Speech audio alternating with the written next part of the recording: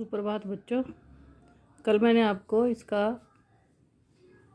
3 paragraph पढ़ाए थे। मैंने आपको उसमें मैंने आपको बताया था कि सुदामा जो थे जब कृष्ण के पास आए तो वो उनके लिए भेंट लाए थे, लेकिन वो संकोचवश उन्हें दे नहीं पाए थे, तो वो कृष्ण ने उनसे ले ली थी।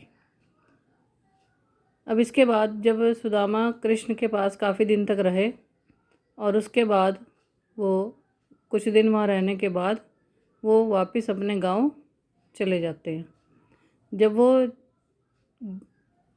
कृष्ण के महल से वापस अपने गांव की तरफ चले तो रास्ते में वो सोचते जा रहे हैं कि जब मैं यहाँ आया था तो कृष्ण ने कितना मेरा आदर सत्कार किया, मुझे कितना सम्मान दिया, मुझे अपने सिंहासन पर बिठाया, मेरे साथ इतना अच्छा व्यवहार किया।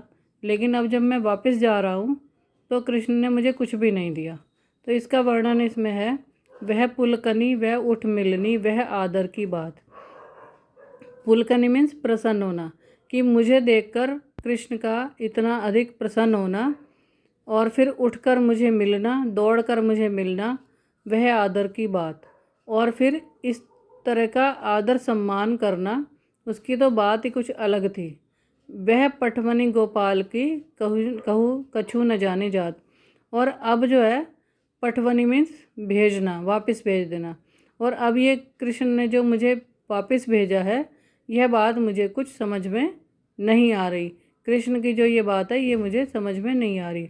घर घर कर ओढ़त फिरे तनक दही के काज, कहाँ भयो जो अब भयो हरि को राय समाज।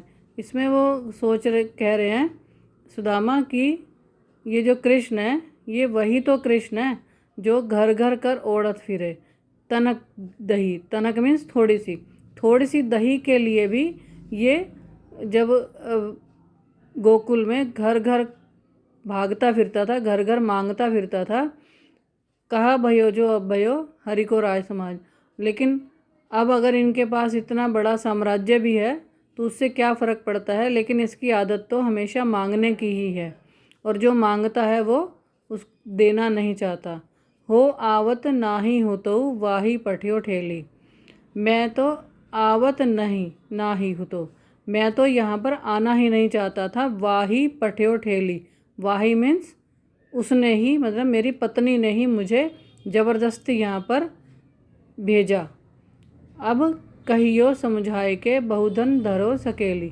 और अब मैं उसे जा कर के ये कहूँगा, बहुत समझा कर कहूँगा कि देखो कृष्ण ने मुझे कितना सारा धन दिया है, अब तुम इसे संभाल कर रख लो।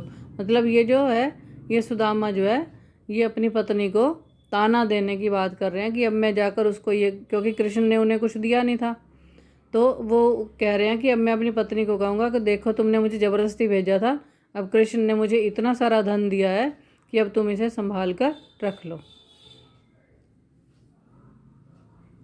इसे दोबारा सुन लीजिए एक बार कि मेरे वहाँ पहुँचने पर कृष्ण का प्रसन्न होना और फिर उठकर दौड़कर मुझे मिलना और फिर मेरा इतना आदर सत्कार करना, और फिर अब कृष्ण ने जो मुझे वापस भेज दिया है, उनके इस वापस खाली हाथ भेजने की बात जो है वो मुझे समझ में नहीं आ रही। और फिर वो क्या मन में सोच रहे हैं कि अब इनके पास इतना बड़ा द्वारिका का राज्य है तो क्या हो गया, लेकिन ये है तो वही कृष्ण ना जो बचपन में वृंदावन में गोकुल में जो है थोड़ी सी दही के लिए भी घर घर भागता फिरता था, घर घर मांगता फिरता था। तो इसकी आदत तो मांगने की ही है, देने की नहीं।